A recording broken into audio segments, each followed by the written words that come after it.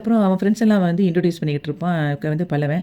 அந்த சமயத்தில அவன் ஃப்ரெண்ட்ஸ் எல்லாம் சொல்லுவாங்க, இவன் வந்து காலேஜில எல்லா காம்படிஷன்லயுமே அவன் வந்து பேர் குடுத்துட்டான். அப்பதான் அவங்க அண்ணன் பேசுவாங்கன்னு சொல்லிட்டு அப்படின்னு சொல்லும்போது, "எத்தன காம்படிஷன்லடா குடுத்த பேரு?" அப்படின்னோனே, "8 காம்படிஷனு" அப்படின்னு சொல்லுவான். அதுக்காக ரொம்ப ஹார்ட் ஒர்க் பண்ணனாம். ஏதாவது ஒரு இதுலயாவது பிரைஸ் வராதா அப்படிங்கிறதுக்காக எல்லாத்துலயுமே குடுத்துட்டான் அப்படின்னு சொல்லி, அவன் ஃப்ரெண்ட்ஸ் எல்லாம் சொல்றத கேட்டவுனே இவங்க அப்படியே சோகமா இருப்பாங்க. அப்ப வந்து அண்ணன் இன்னும் வரலையே, நான் வேணா போய் பார்க்கட்டா அப்படின்ட்டு எந்திரிக்க போவான் பல்லவன். "நீ உட்காருடா அண்ணன்லாம் வருவாங்க" அப்படின்னு சொல்லிட்டு இவன் பாண்டி வந்து வெளிய எந்திரிச்சுட்டு, "நான் போய் பேசிட்டு வரேன்" அப்படின்ட்டு போவான். அப்போ நிலாவும் பின்னாடியே போவா. அங்க வந்து சைட்ல வந்து இவன் வேலை பார்த்துட்டு இருப்பான் சேரன். அப்ப அனீஷ் வந்து சொல்லுவான், "என்னால வந்து சந்தாவ ரொம்ப நாளைக்கு இங்க வச்சிருக்க முடியாது. உங்ககிட்ட நான் பையனாலும் கல்யாணம் முடிங்கன்னு சொல்லிட்டேன். ஆனா இப்ப எங்க வீட்ல ரொம்ப ஃபோர்ஸ் பண்றாங்க. இப்போ அவன் போயிட்டான்னா, அவ கண்டிப்பா அதுக்கப்புறம் திரும்ப வரவே முடியாது. ஆனா போன பிறகு ரொம்ப கஷ்டப்படுவா. நீங்க சீக்கிரம் கல்யாணம் முடிச்சுட்டீங்கன்னா எங்களுக்கு பிரச்சனை இருக்காது" அப்படி சொல்லும்போது, சேரன் சொல்லுவான், "அதெல்லாம் ஒண்ணும் நடக்காது. நீ பயப்படாத. நான் அவள வந்து அப்படி விட மாட்டேன் கண்டிப்பா" அப்படிங்கிற மாதிரி சொல்லிட்டு இருப்பான். அந்த சமயத்தில பாண்டி வந்து சேரனுக்கு கால் பண்ணுவான். "என்னண்ணா நீ கிளம்பலையா?" அப்படிங்கும்போது, "எங்க கிளம்பணும்?" அப்படின்னு சொல்லிட்டு கேட்பான் சேரன். சேரன வந்து பாண்டியன் கூப்பிடும்போது வரமாட்டேன் அப்படின்னு சொல்லிருவான். அப்போ வந்து நிலா வந்து ஃபோன வாங்கிட்டு சொல்லுவா, நீங்க வந்து இந்த மாதிரி பண்றது தப்புண்ணே. அதுக்காக தப்புக்கு வந்து தண்டனையா நீங்க இவ்வளவு நாள் பேசாம இருந்தது போதும். இன்னும் பேச மாட்டேன்னு சொன்னா அது என்ன அர்த்தம்? உங்களுக்காக அங்க அவன் வெயிட் பண்ணிக்கிட்டு இருக்கான். நீங்க இன்னும் 1/4 மணி நேரத்தில கண்டிப்பா அங்க வாரீங்க" அப்படின்னு சொல்லிட்டு ஃபோன கட் பண்ணிருவா. உடனே இவன் இப்படி யோசிச்சுட்டு இருப்பான் வந்து சேரன். அப்ப அனீஷ் சொல்லுவான், "நீங்க போகணும்னு சொல்லி தானே ட்ரெஸ் எல்லாம் எடுத்துட்டு வந்தீங்க.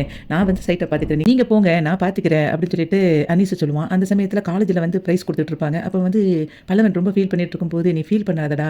அண்ணன் எப்படி வரும்?" அப்படிங்கும்போது, "இவ்வளோ நேரம் இன்னும் வரல. இன்னும் எப்படி வருவான் அண்ணன்?" அப்படின்னு சொல்லிட்டு ரொம்ப ஃபீல் பண்ணிட்டு இருப்பான் பல்லவன். அந்த சமயத்தில அவனுக்கு காலேஜ்ல 8 காம்படிஷன்ல 6 காம்படிஷனுக்கு வின் பண்ணி பிரைஸ் குடுத்துட்டு இருப்பாங்க. அப்போ எல்லாரும் வந்து அவன வந்து கிளாப்ஸ் பண்ணிட்டு இருப்பாங்க.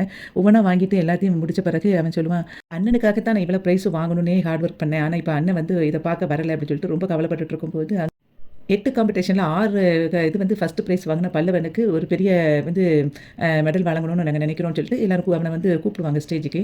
பல்லவனுக்கு வந்து அந்த ஷீல்ட குடுத்துட்டு இருக்கிற நேரத்தில அவன் வாங்கும்போது, அங்க வந்து சேரன் வந்துருவான். சேரன பார்த்த உடனே இவன் ஹாப்பி ஆயிருவான் பல்லவன். அப்போ வந்து சொல்லுவான், "நீங்க எல்லாருமே நான் வந்து இந்த பிரைஸ் வாங்குறதுக்கு நான் தான் காரணம் அப்படின்னு நினைச்சிட்டு இருக்கீங்க. நான் வந்து இதுநாள் வரைக்கும் எந்த பிரைஸும் வாங்கினதே கிடையாது.